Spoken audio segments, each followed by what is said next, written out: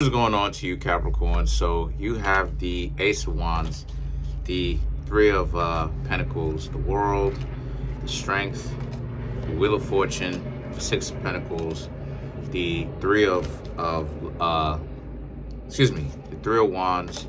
the Lovers, the Five of Wands, and you have the Knight of Wands. By the way, these are my official Kareemspiritworks hoodies. Make sure to pick one up for yourself today. So for you Capricorns, the Capricorns, right, you do have the World, which is the major arcana of Capricorn anyway. So you did show up in your own reading. And then you have the Wheel of Fortune, which represents Cancer Crab. So opposite polarity there. The Ace of Wands, the Three of Pentacles, and the World card is about how a lot of you Capricorns, the Strength, the Wheel of Fortune. Like I said, the Strength and the Wheel of Fortune, people tried to style and profile on you, you know? People spent a lot of time being very disrespectful to you, wasting your time, trying to make it seem like they liked you at first, only to then flip the script and then now all of a sudden it's like you're nothing to them and then they're throwing you away. The Ace of Wands, the Three of Pentacles, and the World represents you understand this. And because you understand this fact, a lot of you Capricorns really understand that you really can't take it personally. And that you ultimately, the best thing for you to do, the best thing for you to do for yourself is to continue to move forward without these people in the first place. Because what's happening here is that those people have to throw you away because those people they don't want to get attached to you. So they have to throw you away like this, just abruptly like that, because like I said before, they don't want to get you in a situation where they actually become attached. Now, when people are out here playing games and they just throw you away, that's the reason why it is that they end up throwing you away so fast. They don't want to admit to themselves that if they keep hanging out with you, they secretly kind of like hanging out with you. But so what they have to do is they have to make you into an enemy, right? They don't want to become bonded to you in that regard. But then, like I said, the Strength and the Wheel of Fortune, but you've had to deal with this type of mess for a very long time now. And this situation that you've dealt with where a lot of people just seem to have a problem with you, a lot of you Capricorns like this is nothing new. A lot of you understand that people are going to do that sometimes, but you're very much so prepared. When they start moving like this, it just means that you Capricorns are not going to get offended. You'll move forward. But the Six of Pentacles represents at the same time, you know that at the end of the day, those people owe you an apology. But are they actually going to give you an apology that you really deserve? Probably not, probably not. And the reason why they're not going to give you an apology is really due to the fact that they can't bring themselves to admit that they really like you.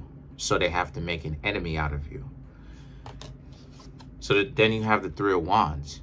And the Three of Wands now represents, but it's cool for you because at the end of the day, even though you were talking to this person and this person turned out to be a complete knucklehead or knucklehead, a lot of you Capricorns are just kind of shrugging your shoulders like it's cool because you're not taking it so personally to the point where you can't move on.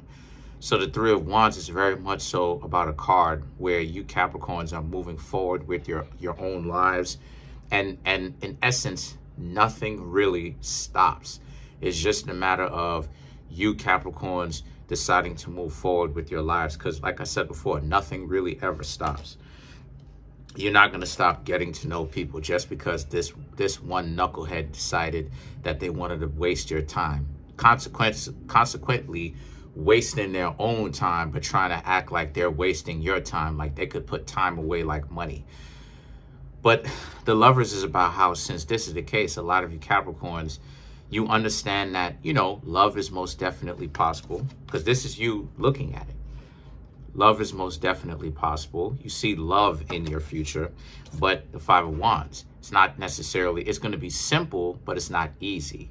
Simple in the sense that you know what's going on, but not easy in the sense of actually experiencing it. A lot of people are out here like to play games, a lot of people out here like to jump into relationships very quickly. And the thing about it is, you know, most people jump themselves into relationships without even really knowing the person, you know, the opposite person. So a lot of you Capricorns are really very much more attentive, but you do see a family in your future. This is what it is that you want. And a lot of you Capricorns, you know, you're not easily going to give up. You're going to continue to be determined to find the particular person for you. The Knight of Wands, however, is about how you know, you will have to go through, like I said, some knuckleheads in order on either side for you Capricorns to get to the right people.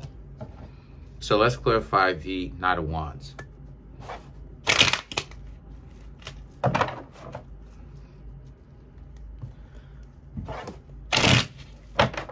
So to clarify the Knight of Wands, we have the Eight of Wands, the Five of Pentacles, the Two of Swords, and then you have the Ace of Pentacles, right? Because in essence, what's going on here is the Eight of Wands and the Five of Pentacles is about you leaving just the stupid situations behind, because a lot of you Capricorns understand that, you know, for you to be sitting back trying to get at the person again, trying to tell them about themselves after they may have been wasting your time, a lot of you Capricorns realize that that's irrelevant. At the end of the day, what is going to bring you closer to that type of future you want is the actual application, the experience of it, right? The focus on it, and then the experience of it. One of the things that makes it easier for yourself to get into a particular relationship, first and foremost, is to really find out how much the person really wants to hang out with you. And the best way for you to do that is, like I said before, is to simply go hang out with them. See, for instance, see if they say that they're going to talk to you here at this point, and then see if they actually follow through. See, a lot of times people don't usually like to follow through. What they'll do is that they'll flake, because a lot of people want to be cool. So a lot of people don't like to set times to anything, trying to inconvenience people, right? Because they don't want to set a particular time to anything, and they're completely ignoring the fact that people, if you're constructive, you have something to do. But what they're going to do is they're going to try to make it seem like, oh, well, you should have gone on an instant date with me or whatnot.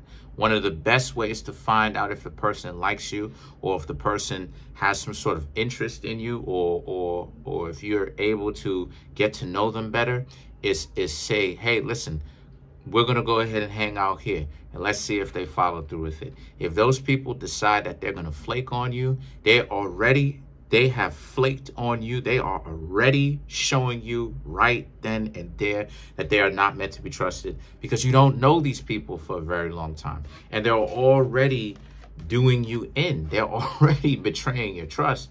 So the Two of Swords and the Ace of Pentacles represents, you have to not be closed-minded to this, but watch them and watch how the scenario plays itself out.